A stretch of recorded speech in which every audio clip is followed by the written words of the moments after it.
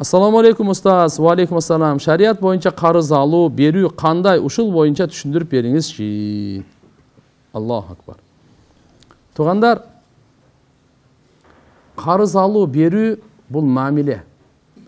Мамиле исламда өтө маанилүү бир бутак. Бул мамиле мусулманга эле эмес, пайгамбар саллаллаху алейхи ва саллям мусулман эмес жөөттөрдөн да карыз алган. Карыз берсе да болот мусулман эместерге, алса да болот.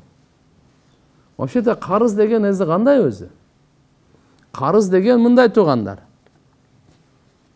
Карыз берүүчүгө дагы адеп бар, карыз алуучуга дагы адеп бар. Ушу мамилени жакшы кармай турган болсок, ибадатыбыз сакталат. Болбосо ибадатыбыз талкаланат. Ушу мамилени карыз берүүдө дагы, алууда дагы эске албай турган болсок, анда сооптон кур калабыз.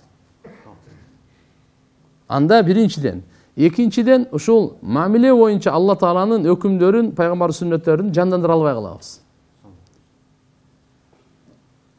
Алымдар айтышат, мусулман эместер исламдын баалуулугун мамиледен көрөт дейт. Биз мамиледен гана көрсөтө алабыз. Кулк мүнөздөн көрсөтө алабыз. Жашоо тиричиликтен көрсөтө алабыз. Ибадаттан көрсөтө албайбыз аны. Алгандай деген. Намаз мечитте болот да, биздин мечитте окуп атканыбызды алар мечитке кирбейт. Ла иляха иллаллах Мухаммад Расулуллах жүрөктө, орозо иште, зекет мусулмандардын чегинде гана берилет. Меккеге вообще киргенге болбойт кафырларга.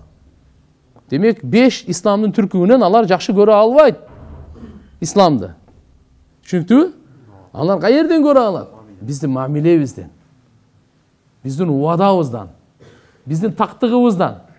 Келишимдин үстүнөн чыгуудан, кыянат кылбагандан, карыз алып өзүнө кайтарып бергенден, учур милдеттеме, жоопкерчилик алганда, толук аткарууда, мынаны көрөт дагы, мусулман ушундай болот экен деп, анан исламдын баалуулугун көрүп, исламдын эшиги ачылат исламга киргенге. Биздин кулк мүнөз, кичпейилдигибиз, кечиримдүүлүгүбүз, адамгерчилигибиз муну көрсө, анан эшиги ачылат исламга. Берки бешөө аркылуу эмес да, мыналар аркылуу. Так, дальше кеттик. Карыз берип аткан адамга биринчиден, карыз берген адам ойлонуп бериш керек да. Эгерде караңыз, карыз бергенде кээде важип болот, кээде макру болот, кээде арам болот, кээде мубах болот. Берген кишиге. Эгерде аргасыз ушундай кыйналып калган болсо, ошол убакта карыз сурады, сизде бар, сизге важип болуп калат. Карыз берип туруп важип болуп калат. Тиги көрүп атасыз да, абалынчы. Бербей койсоңуз өлүп деле калышы мүмкүн. Жок, карыз берип турсаң, өзү жөн эле жардам беришиңиз керек эле. Бирок сизден карыз сурап атат, карыз берүү важип болот. Эгерде сиз билесиз, толук билесиз, же болбосо күмөнүңүздүн көпчүлүгү бул берген акчаңызды арамга, берген карызыңызды арамга сарптайт, анда карыз берүү арам болот. Берсеңиз арамга сарптайт. Бергениңиз не болот экен? Карыз бергениңиз арам болот. Макруга сарптаса макру болот. Жөн эле эгерде мен кичине бизнес кылайын дедим эле, акча көбөйтөйүн дедим эле. Мубах дегенде берсең дагы, бербесең дагы өзүң ыктыярың деген сөз. Карыз берүүчүлөргө. Карыз алуучу кандай анан? Карыз берүүчү дагы шариятыбызда сооп. Карыз алган дагы алхамдулилlah сүннөт мустахаб бар. Зарылчылыктын учурунда пайгамбар салган. Пайгамбар саллаллаху алейхи ва саллям карызга сатып алган мындай дан, таам деп коет, бирок ошо дан деп. Бирок ошого бир жөөттөн алгандагы анын ордуна залог койгон. Сот барго кийген, ошосу залог койгон. Диран лаху дейт. Залогу бар, залогун койгон да. Иштара мин яхуд тааман, андан кийин Алла субхана вараханаху, яни рахан деп коет, ошо залог койгон да, ошо залог бар. Насиятан сатып алган да. Мейли кандай болгон чакта да азыр айтып атканы, карыз алган кишичи.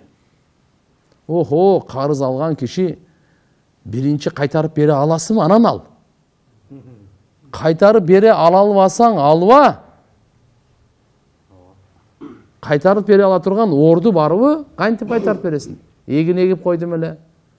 Кой багып атам семирип, айлыгымды алам. Токто, орду барбы карызга? Анан ал. Карызга алганда туугандар, караңыздар, ал кажетini алсын. Кажетini алсын, зарылчылыгын алсын, тойга албасын. Аш-баш андайга шарият милдеттүү кылбаган нерсеге албасын. Өлгөн үстүнө gömгөн болуп карыз алып туруп анан кайра өмүр бою. Пайгамбар бул карыз дегенде бул капырлыкка жакындатып коет деген. Карыз не деген? Себеп дегенде мындай экен да. Карыз алган киши тияктан алдай деген. Жалган сүйлөй деген. Кыянат кыла деген. Кача деген. Ошон үчүн кандай?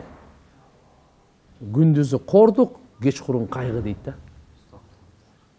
Ошон үчүн мүмкүн болушунча карыз албаш керек. Мүмкүн болушунча карыз албаш керек. Кимден болсун да, банктан деле албай эле коюң, насия кредит, адамдардан деле албай эле коюң. Өзүңүздөгү бар дүйнөңүздү оборот кылып, ошого каниет кылып, шүгүр кылып, кечкурун маза кылып уктаң. Тахажжудка туруп калсаңыз, нур үстүнөн нур, турбай калсаңыз, багымдатка барың. Мына, күндүз эч кимдин алдында жер карабай, тияктан келсе качып кетпей.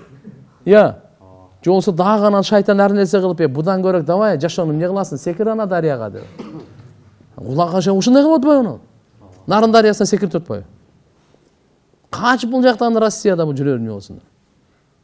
Кичине иманы бар го, ону ойлонгонор, иманы жок, же болсо иманы алсыздарга баары бир го.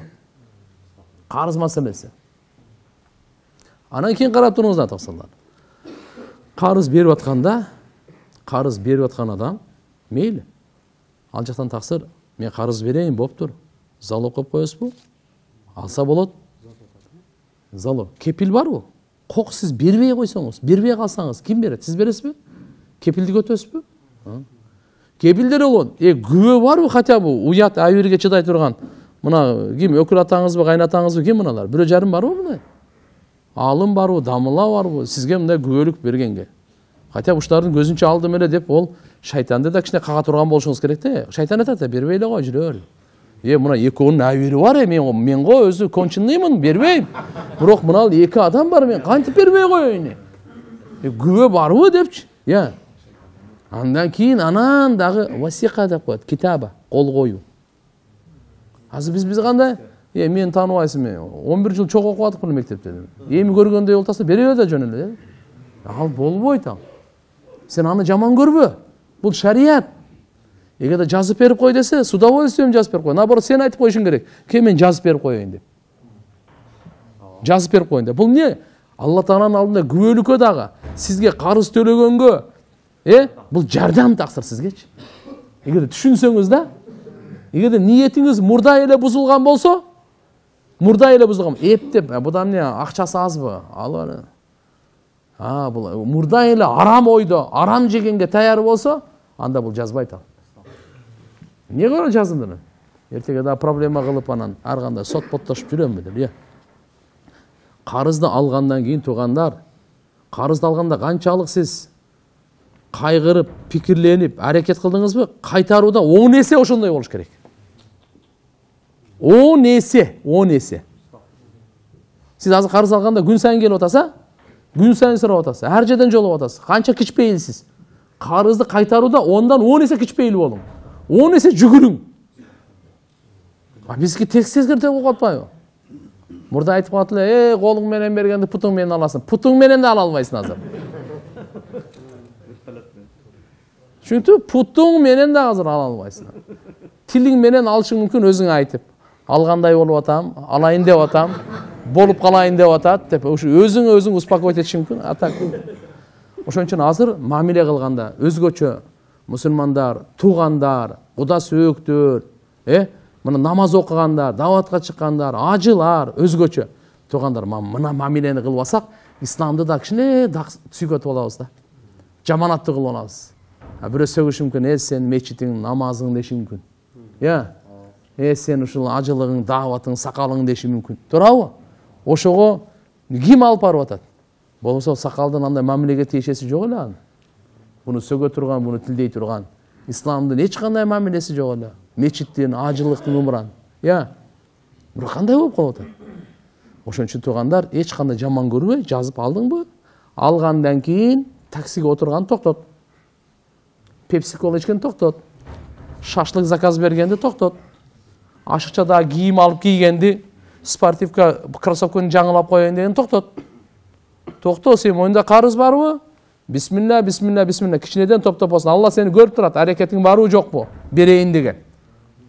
Анда алхамдулилlah Алла жардам береді. Дуасын да оқу, менет да қыл, иншалла исрап да қылба. Құда қалса тез құтылып кетесің. Қарыз мәселесі, сода мәселесі қандай. Бір учурда бердім, азыр алдым, анда жазбайды да қойсаң болады. Бірақ бір уақытқа берсең жазсаң болады. Ана мында естегенде. Қарызды Усман Тақсыр менен сұрап келді. 6 айға қарыз беріп тұрыңызшы. $1000 болып тұр. Кеттік, жаздық таяқ бияқ. Бердім 6 айға. 2 күннен кейін маңа $1000 керек болып қалды. Тақсыр, $1000 берің десем, ақым бар. Некене? 6 ай бол елек қо дегенге бұның ақысы жоқ. Жақшы алыңыздар. Bir болады бізден фиқ илимдерінде дайын деп қояды, қарыз деп қояды. Екі теңеле бізде қарыз деп қоторылады, бірақ кейде мындай. Бұл маңа қарыз, кітептен ақшасын қарыз. Кітеп алғамын да бұдан. То есть менен кітеп алды, ақшасын беріш керек та. Ушуға мөнөттен бұрда сұраған ақым жоқ. Үшінте сарбы? Мөнөттен бұрдаға сұраған ақым жоқ та. Бұл мамиледен кеткен еле да. Мен берген емес елем, мұндайчы. Бұны кішінен шындан әліманы бар. Шын үшін туғандар, қарыз мәселесінде біз өте қылдатты мамиле қылайлы. Қарызды беруге мүмкіншілік болып тұрып дағы, бербей, қақшатып, тажатып, алдап, қылып, матал, бұда қуат бұны үші. Бұл не деген? Бұл зұлым деген. Күн сайын зұлымдықтың күнесін алады. Қоқысынан көз жұмып қалса, Аллаху акбар. Қарызды туғандар жаман нәрсе бұл. Құдайым барыңызды сақтасын. Пайғамбарымыздың жаназасын оқыған учурлар болған. Өзіңер оқуғыла деген учурлар болған. Әлбетте, қарызда да бір нәрсе бар. Қарыз беріп атасың. Ошоны бір қызматқа алып, қызмат қылдыртып, машинеңе беріп тұр, айдап тұрайын. Жемына кірпішті тияқа жиып қой. Жемына қатты жазып беріп қой, анда мындай. Пайғамбар саллаллаху алейхи ва саллям хадисі бар. Күллі қардын жарра наф'ан фахуа рибан. Қайсы қарыз болуасын, пайда тартып келсе, ошо сүтқорлық деген. Ошо сүтқорлық деген. Қарызды бердіңіз бе, чистый беріңіз болды. Анда пайдаланбаңыз. Алда қарыз алғандан кейін белек бербесін сізге. Қарызды төгіп біткенден ана белегін алып келе берсін қалашынша.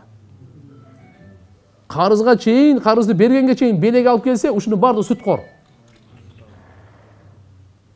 Бізде көбінше шындай ғой. Бұның арқасында чоң мәселе жатады. Чоң мәселе жатады.